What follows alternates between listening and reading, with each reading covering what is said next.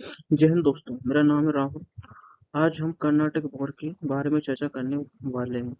ठीक है। कर्नाटक वॉर भारत के दक्षिण भारत में होने वाले दो यूरोपीय सुपर पावर के बीच हुए इन वॉर का भारतीय इतिहास में बहुत बड़ा महत्व है। ठीक है। ये युद्ध, यदि सीधे तौर पर कहा जाए, तो जब यूरोप में इन दोनों शक्तियों के बीच भी कभी भी टकराव होता था।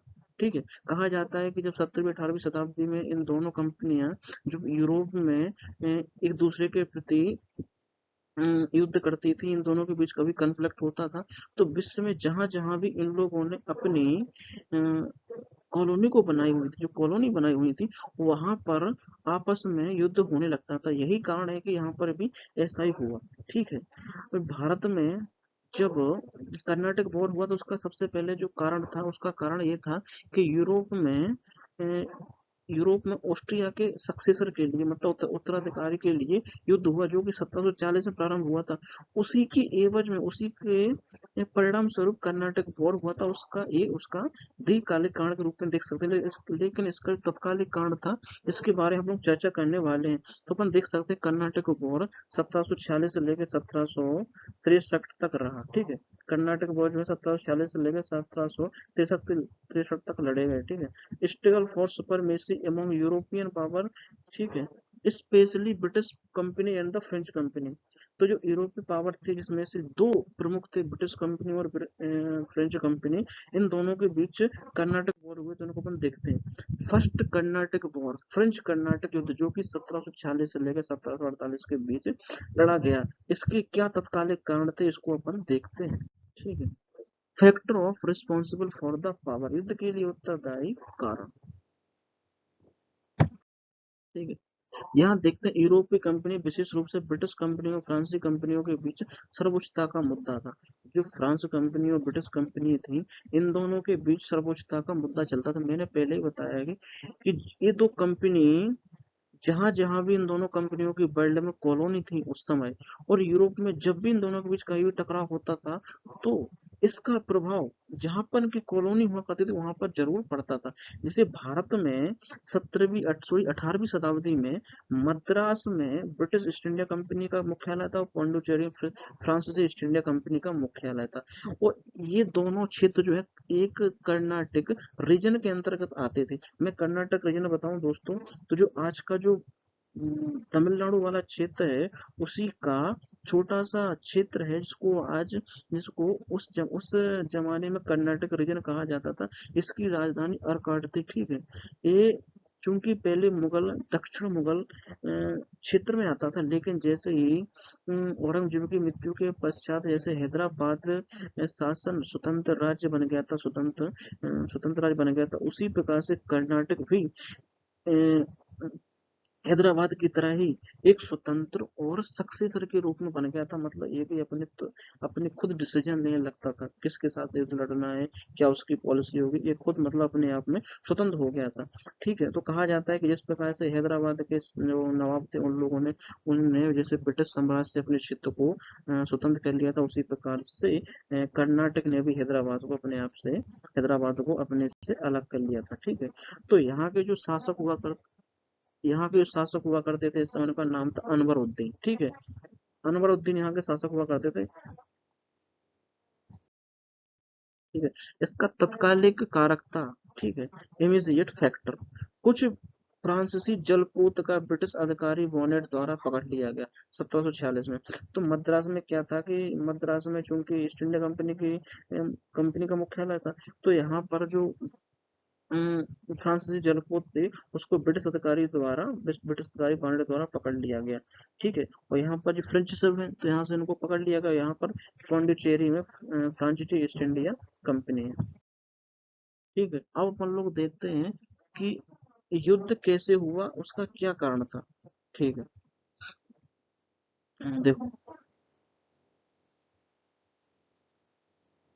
देखो अनवर उद्दीन, नवाब ऑफ कर्नाटक, जो कर्नाटक का नवाब था उसका नाम था अनवर उद्दीन। ये मद्रास ईस्ट इंडिया कंपनी का मुख्यालय यहाँ पर था, फोर्ट सेंट जॉर्ज। ठीक है। और यहाँ पर था पौंडुचेरी, यहाँ का जो अधिकारी था उसका नाम था डुप्ले। मतलब यहाँ पर जो फ्रांसीसी गवर्नर था उसका नाम था डुप्ले, जो 1741 से लेकर 1754 तक फ्रांसीसी कंपनी का गवर्नर रहा। ठीक है। ब्रिटिश पोस्ट ऑफ द, और यहाँ पर क्या, फोर्ट सेंट डेविड। ठीक है। यहाँ पर किले, जो पौंडीचेरी में जो किला था, उसका नाम था फोर्ट सेंट डेविड। तो कर्नाटिक अटैक,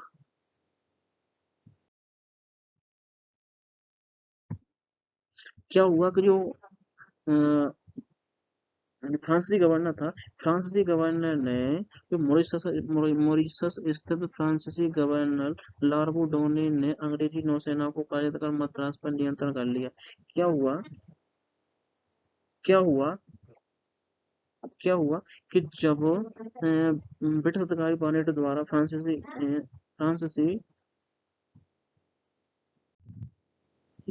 यहाँ पर क्या हुआ कि जब ब्रिटिश अधिकारी बॉनेट द्वारा फ्रांसीसी स्कूतों को पकड़ लिया गया। ठीक है। वो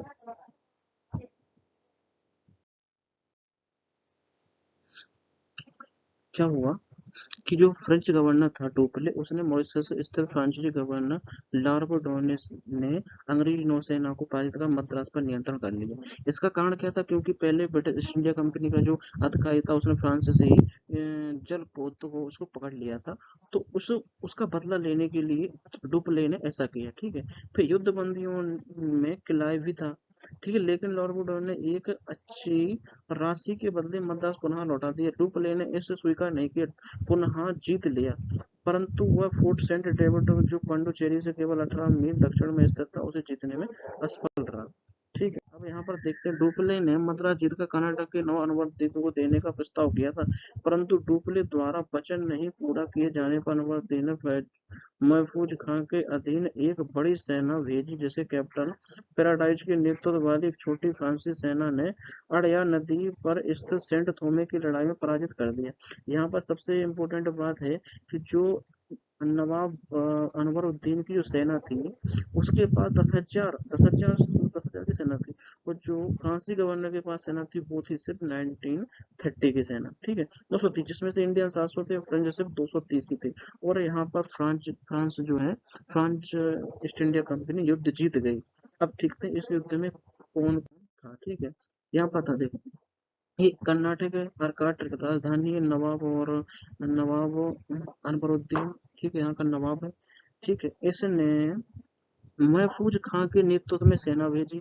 सेंट थोमे की लड़ाई हुई अक्टूबर 24, 1740 में। यहाँ से पोंडुचेरी से डुप्ले ने मेजर लुइस पैराडाइज के नेतृत्व में 9,530 की सेना भेजी। ठीक है।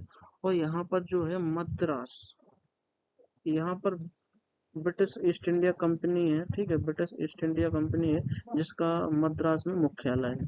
ठीक है। यहाँ पर युद्ध हुआ और दोनों के बीच युद्ध, जीता कौन है यहाँ पर, ब्रिटिश ईस्ट इंडिया, मतलब सॉरी, जीता कौन है यहाँ पर, फ्रांस ईस्ट इंडिया कंपनी, जैसा डुप्ले के नेतृत्व में सेना जीत गई, जिसका यहाँ पर सेना का नेतृत्व कौन कर रहा था, मेजर लुइस पैराडाइज। ठीक है। तो इसी के साथ में एक्स-ला-चैपल की संधि हुई, जो कि यूरोप में हुई। ठीक है। ब्रिटिश और फ्रांस के बीच में हुई, जिसके थ्रू क्या हुआ कि Madras fort fort stand George जो है, ब्रिटिश ईस्ट इंडिया कंपनी को फिर से लौटा दिया गया, और लुइसबर्ग जो अमेरिका में, वो फ्रांसीसियों को मिल गया। ठीक है। फ्रांसीसियों को मिल गया। इसी के साथ एक्स-ला-चैपल की संधि के साथ फर्स्ट कर्नाटक वॉर की समाप्ति हो गई। लेकिन कर्नाटक वॉर यहाँ तक नहीं रुका। कर्नाटक वॉर फर्स्ट समाप्ति होने के बाद में डुप्ले के बीच एक राजनीतिक मनसा जो है उसके मन में आ गई। उसने सोचा कि यार, भारतीयों को जब 10,000 की सेना को हम 900 लोग मिल के हरा सकते हैं, तो हम भारत पे चाहे तो बहुत सारे क्षेत्र का आक्रमण कर सकते हैं, हम राजनीतिक प्रभाव बढ़ा सकते हैं। ठीक है। अपना जो साम्राज्य है उसको बढ़ा सकते हैं। इसी लिहाज यही जो कारण बना, जो दूसरा सेकंड कर्नाटक वॉर हुआ, वही इसका कारण बना। ठीक है। तो अपन सेकंड कर्नाटक वॉर को देखते हैं। द्वितीय कर्नाटक वॉर, जो कि 1749 से लेकर 1754 के बीच में हुआ, सेकंड कर्नाटक वॉर। इसको अपन अगले वीडियो में देखते हैं। वीडियो यहीं पर खत्म करते हैं। ये जल्द ही वीडियो आ जाएगा, आपको ज़्यादा टेंशन लेने वाली बात नहीं है। वीडियो यदि पसंद आया हो, प्लीज़ दोस्तों लाइक कीजिए, शेयर कीजिए, एंड मेरे चैनल को सब्सक्राइब कीजिए, प्लीज़ दोस्तों। जय हिंद दोस्तों।